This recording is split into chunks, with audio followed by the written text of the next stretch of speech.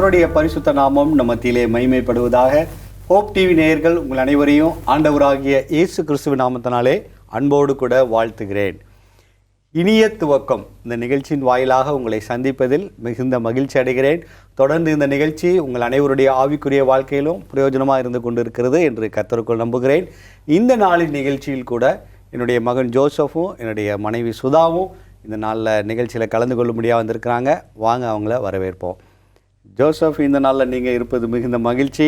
இனிய துவக்கம் நிகழ்ச்சியில் நீங்கள் நிறைய கதை சொல்லி எல்லாரையும் என்கரேஜ் பண்ணுறீங்க. இந்த நாளில் நீங்கள் வந்திருப்பது மிகுந்த மகிழ்ச்சி. இந்த நிகழ்ச்சி உங்களுக்கு ஆசீர்வாதமாக இருக்குதா? ஆசீர்வாதமாக இருக்குது. Very good, very good. உங்களுக்கு இந்த நிகழ்ச்சி ஆசீர்வாதமாக இருக்குதா?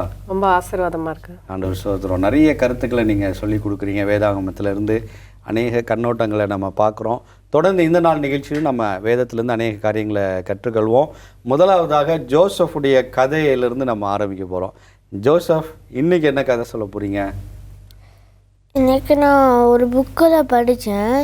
ஆஃப்ரிக்கன் ஃபாதர்ஸ் எப்படி அவங்க பிள்ளைகளெலாம் நம்ப வைக்கிறதுக்கு பண்ணுவாங்கன்னு நான் கேள்விப்பட்டேன்.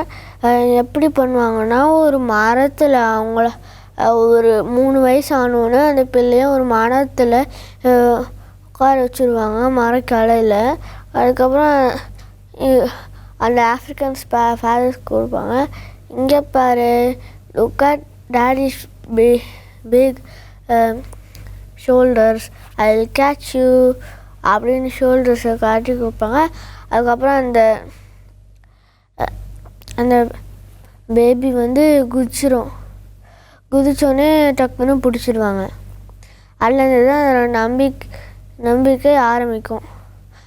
பேபியோட நம்பிக்கை ஆரம்பிக்கும். அந்த குழந்தை அப்பா மேலே அவ்வளோ நம்பிக்கை வைப்பாங்க அப்படின்னு. சரி, இதுலேருந்து நம்ம என்ன பாடம் கற்றுக்கொள்கிறோம்? இதே மாதிரி தான் ஏசப்பாவும் நம்ம ஆசீர்வதிப்பாங்க. மல்கியா 3:10 சொல்லியிருக்காங்களா? எடுத்து வாசிங்க. மல்கியா 3:10 வாசிக்கலாம். மல்கியா 3:10, என் ஆலயத்தில் ஆகாரம் உண்டாயிருக்கும்படி, மல்கியா 3:10 சொல்லியிருக்கேன், என் ஆலயத்தில் ஆகாரம் உண்டாயிருக்கும்படி தசம பாகங்களை எல்லாம் பண்டசாலையிலே கொண்டு வாருங்கள். அப்பொழுது நான் வானத்தின் பலகணிகளை திறந்து இடங்கொள்ளாமற் போகும் மட்டும் உங்கள் மேல் ஆசீர்வாதத்தை வர்ஷிக்க மாட்டேனோ என்று அதனால் என்னை சோதித்து பாருங்கள் என்று சேனைகளின் கர்த்தர் சொல்லுகிறார். இப்போ ஏசப்பாவும் அந்த ஆஃப்ரிக்கன் ஃபாதர்ஸ் மாதிரி சொல்கிறாங்கல்ல, என்னை டெஸ்ட் பண்ணி பாருங்க அப்படின்னு சொல்கிறாங்க. நல்ல அழகான ஒரு உதாரணம் சொன்னாங்க ஜோசப். எப்படி ஆஃப்ரிக்கன் ஃபாதர்ஸ்லாம் அவங்க பிள்ளைங்களுக்கு அவங்க மேலே நம்பிக்கை வர்றதுக்காக என்ன பண்ணுறாங்க, மரக்கிளையில் நிற்க வச்சு ஜம்ப் பண்ணு, நான் உன்னை பிடிக்கிறேன் அப்படின்னு சொல்கிறாங்க. அந்த குழந்தைங்க தயங்கும் போது என்ன சொல்கிறாங்க, என்னோடய பெரிய ஷோல்டர்ஸ் பாரு, ஜம்ப் பண்ணு, நான் உன்னை அழகாக பிடிச்சிப்பேன் அப்படின்னு சொல்கிறாங்க. அதே மாதிரி அந்த குழந்தை நம்பி ஜம்ப் பண்ணும்போது அழகாக ஆண்டவர் பிடிச்சிக்கிறாங்க. ஆண்டவர் இந்த வசனத்தில் அந்த அப்பாவை பிடிக்கிற மாதிரி ஆண்டவரும் நம்மளை பிடிச்சிக்கிறாங்க இல்லையா? அதுதான் நல்ல ஒரு உதாரணம். இப்போ இந்த வசனத்தில் கூட ஆண்டவர் என்ன சொல்லிடுவாங்க, தசம பாகங்களை கொண்டு வாங்க, நான் உங்களை ஆசீர்வதிக்கிறேனா இல்லையான்னு பாருங்க அப்படின்னு சொல்லி ஆண்டவர் சொல்லி கொடுக்குறாங்க.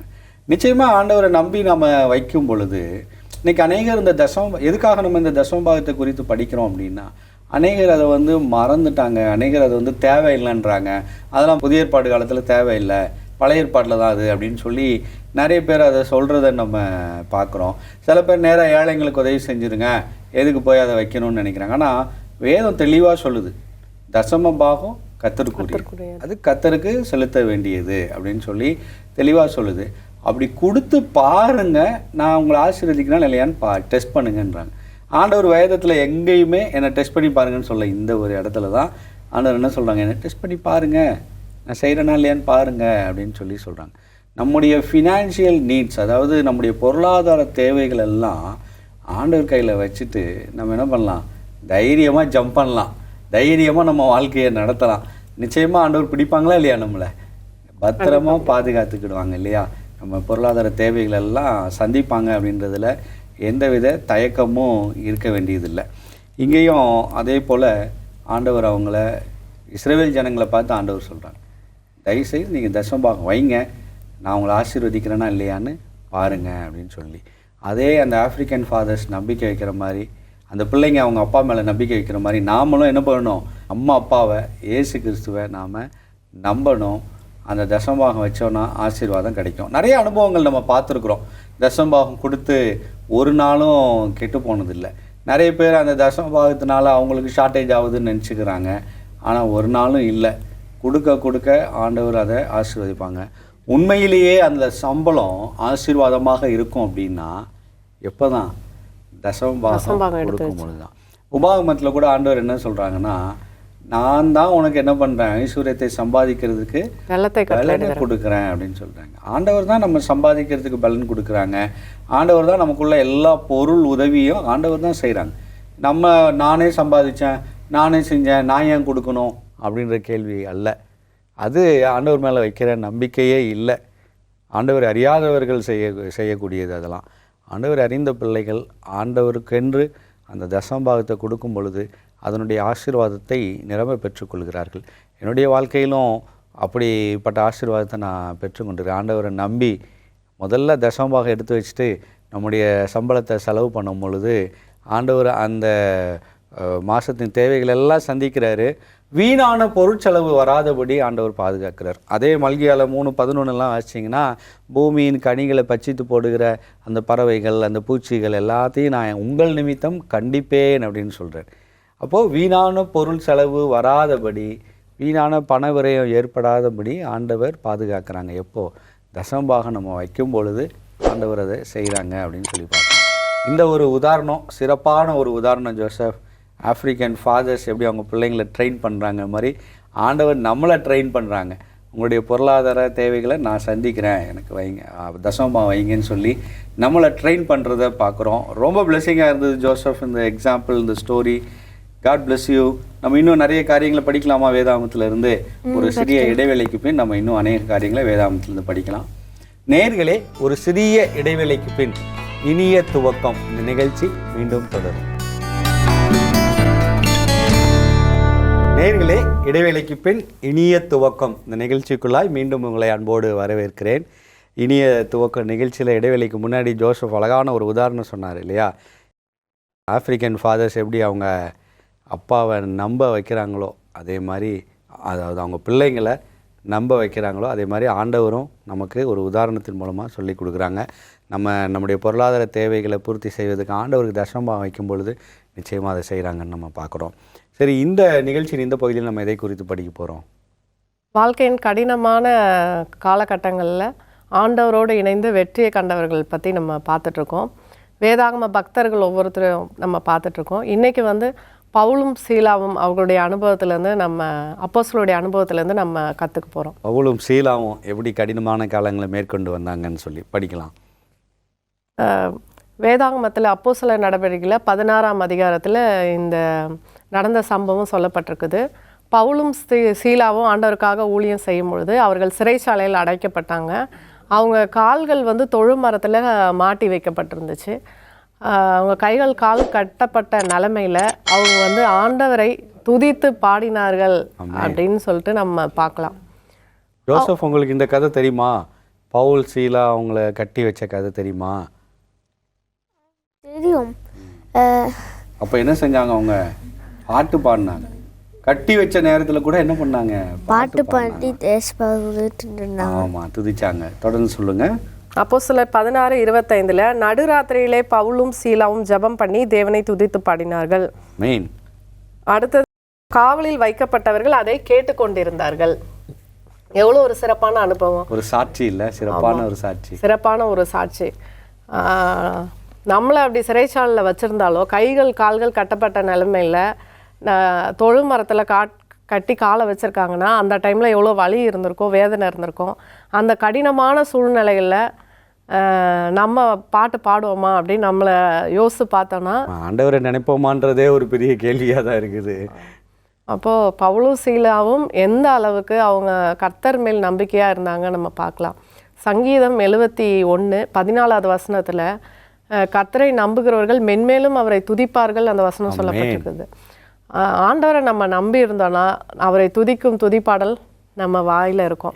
அந்த இடத்துல நீங்கள் பார்க்க போனால் நடுராத்திரியிலே அவர்கள் ஜெபம் பண்ணி அவ்வளோ டயர்டு இருக்கும், கை கால்லாம் கட்டப்பட்ட நிலமையில் அவங்க தூங்கியிருக்கலாம். ஆனால் அந்த நடு ராத்திரியில் அவங்களுக்கு ஒரு வேளை ரொம்ப வலி இருந்திருக்கலாம், வேதனை இருந்திருக்கலாம், அதனால் தூக்கம் வராமல் இருந்திருக்கலாம். ஆனாலும் தேவனை அவங்க என்ன பண்ணல, தூஷிக்கலை. அவங்க என்ன பண்ணுறாங்க, தேவனை ஒரு குறை கூட சொல்லலை. அவங்க நம்ம பார்த்தோன்னா அவங்க வந்து ஊழியம் செஞ்சதுனால தான் அவங்களுக்கு இப்படி ஒரு நிலைமை, ஒரு கடினமான காலம். ஆண்டவர் உங்களுக்கு ஊழியம் தானே செஞ்சேன், ஏன் இப்படி ஒரு கடினமான காலத்தை அனுமதிச்சிங்கன்னு ஒரு நாள் அவங்க கேட்கல. மாறாக அவங்க துதித்து பாடுறதை பார்க்குறோம். துதித்து பாடினார்கள். சிறைச்சாலையில் இருக்கிற எல்லாருமே அவங்களுடைய சுவிசேஷத்தையும் அவங்க ஜபம் பண்ணுறதையும் அவங்க பாடி துதிக்கிறதையும் என்ன பண்ணுறாங்க, கேட்டுக்கிட்டு இருக்காங்க. அப்படி இருக்கும்போது திடீர்னு என்ன பண்ணுது, சிறைச்சாலை கதவுகள் எல்லாம் திறக்குது. திறந்த உடனே சிறைச்சாலைக்காரன் என்ன பண்ணுறாங்க, ஐயோ எல்லாரும் ஓடி இருப்பாங்க. எப்போவுமே சிறைச்சாலை கதவுலாம் திடீர்னு திறந்தாலே உள்ளே இருக்க கைதிகள் என்ன பண்ணுவாங்க, நம்மளை எப்படியாவது தப்பிச்சு ஓடிடணும் அப்படின்னு நினைப்பாங்க. ஆனால் அந்த இடத்துல இருக்க பவுலும் சீலாவும் என்ன பண்ணல, எந்திரிச்சு ஓடவே இல்லை.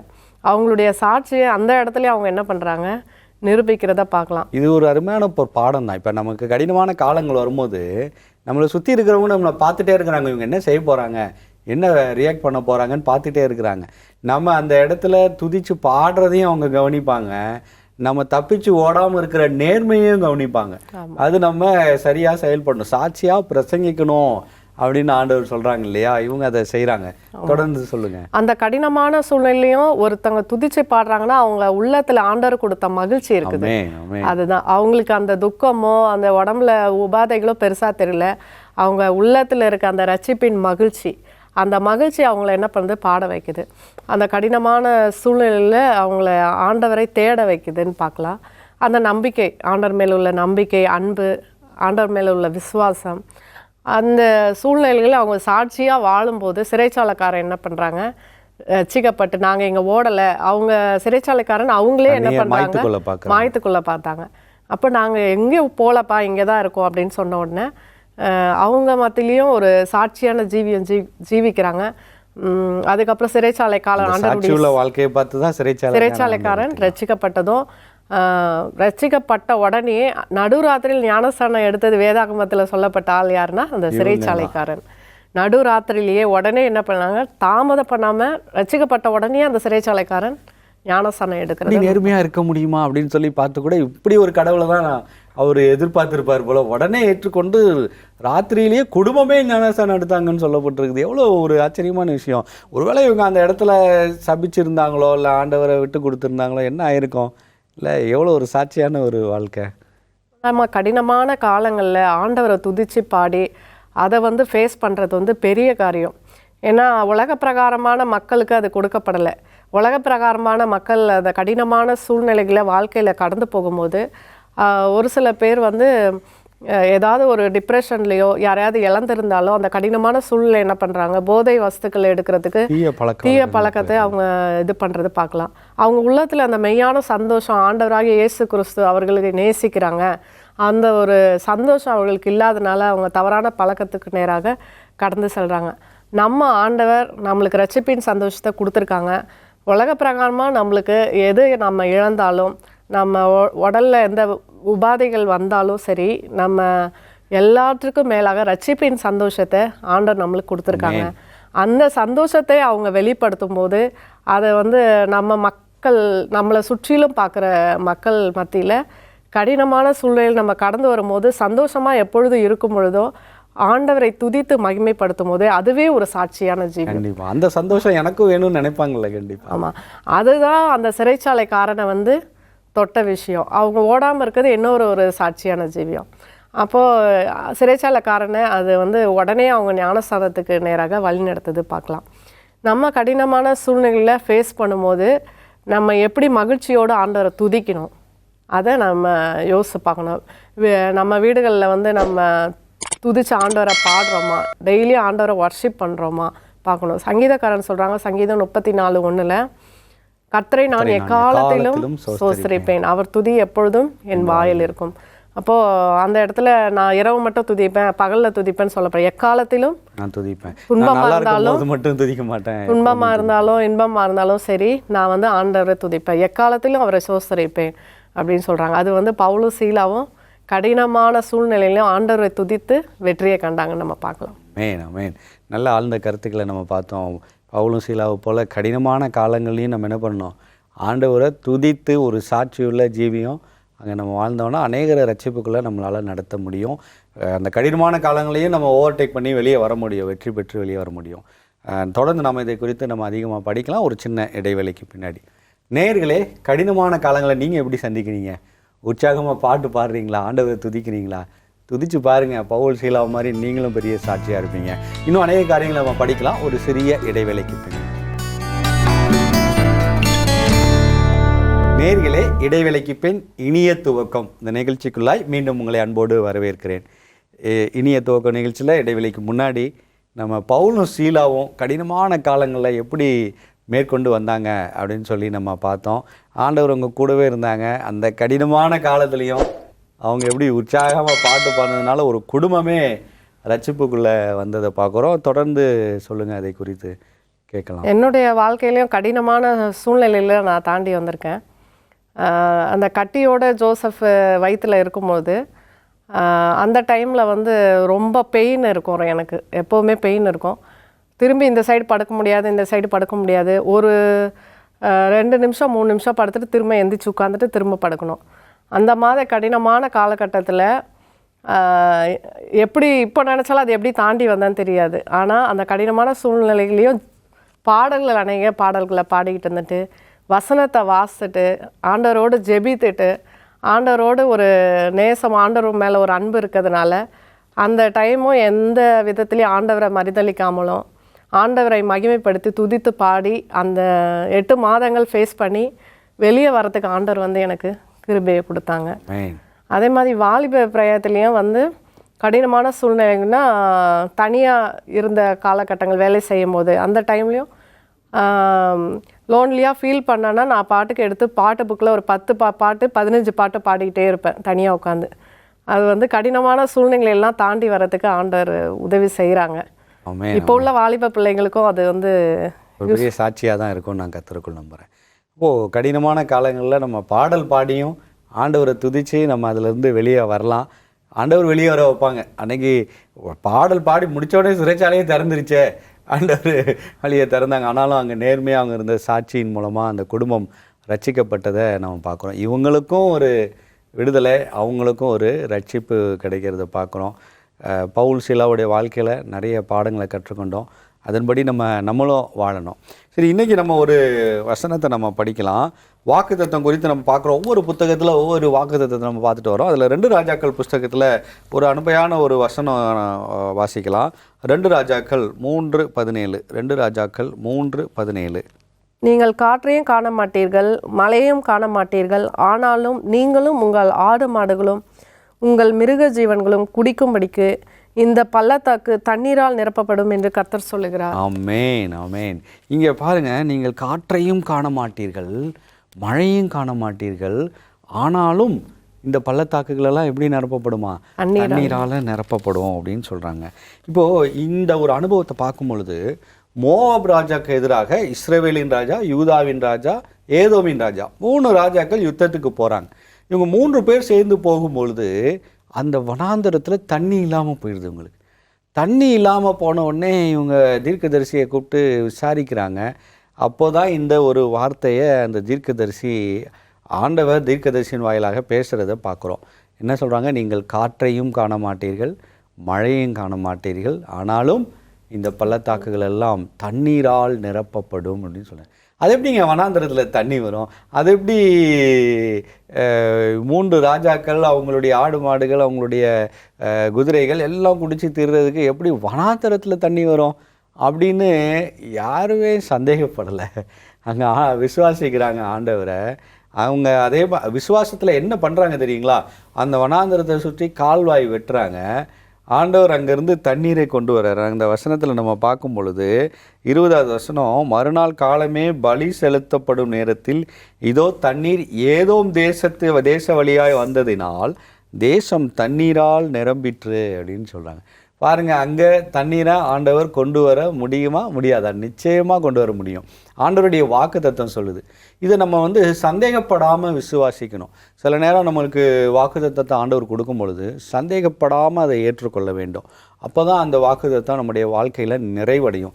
இது நடக்குமா, இது நடக்காதா, இப்படி ஆயிடுச்சே, இந்த ஒரு இடத்துலேருந்து நமக்கு உதவி வருமா, இந்த ஒரு காரியம் ஆண்டவரால் செய்ய முடியுமா, இந்த வியாதியை சுகமாக்க முடியும்னா ஆண்டவரால் சுகமாக்க முடியாத வியாதிகளே இல்லை. நிச்சயமாக ஆண்டவரால் சுகமாக்க முடியும். நம்முடைய விசுவாசம் அவசியமாக இருக்குது. இந்த 3 ராஜாக்கள் அங்கே இருக்கும்போது எவ்வளோ தண்ணீர் தாகத்தால் இருந்திருப்பாங்க. அங்கே ஆண்டவர் அந்த இடத்த தண்ணீரால் நிரப்பினார். எப்படி? காற்றும் இல்லை, மழையும் இல்லை, ஆனாலும் வாய்க்கால் எல்லாம் தண்ணீரால் நிரப்பப்படுகிறத நம்ம பார்க்குறோம். நம்முடைய வாழ்க்கையில் ஏதோ ஒரு சூழ்நிலையில் நம்ம அப்படிப்பட்ட ஒரு சூழ்நிலையில் இருந்தோன்னா இந்த ஒரு வாக்குத்தத்தத்தை நம்ம ஞாபகம் வச்சுக்க வேண்டியதான். காற்றையும் காண மாட்டீர்கள், மழையும் நீங்கள் அந்த மனுஷன்ட்டு எனக்கு உதவி வரும், இந்த மனுஷன்ட்ட உதவி வரும்னு எதிர்பார்த்தீங்கன்னா அங்கேருந்துலாம் உதவி அதாவது ஒத்தாசை வரும் கண்மலைகிட்ட இருந்து தான் நமக்கு உதவி வரும். அல்லேலூயா. ஒத்தாசை வரும் கண்மலைகிட்ட இருந்து நமக்கு நிச்சயமாக உதவி வரும். இந்த ராஜாக்கள் பெற்றுக்கொண்டாங்க, அந்த யுத்தத்துலேயும் ஜெயித்து அவங்க வந்தாங்க அப்படின்னு சொல்லி பார்க்குறோம்.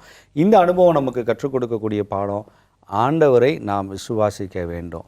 ஆண்டவர் கொடுக்குற வாக்குத்தத்தத்தை நம்பி பற்றி கொள்ள வேண்டும். நிச்சயமாய் அந்த வாக்குத்தத்தம் நம்முடைய வாழ்க்கையில் நிறைவடையும் பொழுது அது நமக்கு மிகப்பெரிய ஆசீர்வாதமாக இருக்கும். அடியனுடைய வாழ்க்கையில் நானும் அந்த ஒரு அனுபவத்தை கடந்து வந்திருக்கிறேன். சபையில் ஆத்துமாக்கள் இல்லாத நேரத்தில் ஆண்டவர் இந்த வாக்குத்தத்தத்தை கொடுத்தாங்க. இந்த சபை நிரப்பப்படும். அதே போல் சபையை இன்றைக்கு ஆண்டவர் நிரப்பி வைத்திருக்கிறாங்க. எல்லாம் ஆண்டவருடைய கிருபை. அந்த வாக்குத்தத்தத்தை நம்ம நம்பி விசுவாசிக்கணும்.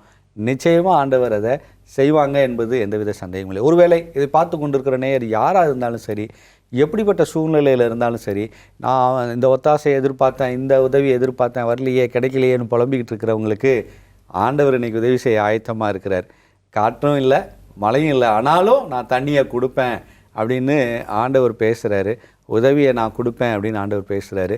நிச்சயமாக அவர்களுக்கு ஆண்டவர் உதவியை செய்வார் என்ற விசுவாசத்தோடு இந்த தியானத்தை நம்ம நிறைவு செய்யலாம். நம்ம ஜெபிக்கலாமா? ஜெபிக்கலாம். எங்கள் அன்புள்ள ஆண்டவரே, அருமையான இந்த நிகழ்ச்சிக்காய் நன்றி செலுத்துகிறோம். இந்த நிகழ்ச்சியின் வாயிலாக எங்களுடைய ஆவிக்குரிய வாழ்க்கையில் நிறைய பாடங்களை எங்களுக்கு கற்றுக் கொடுக்குறீங்க ஆண்டவரே.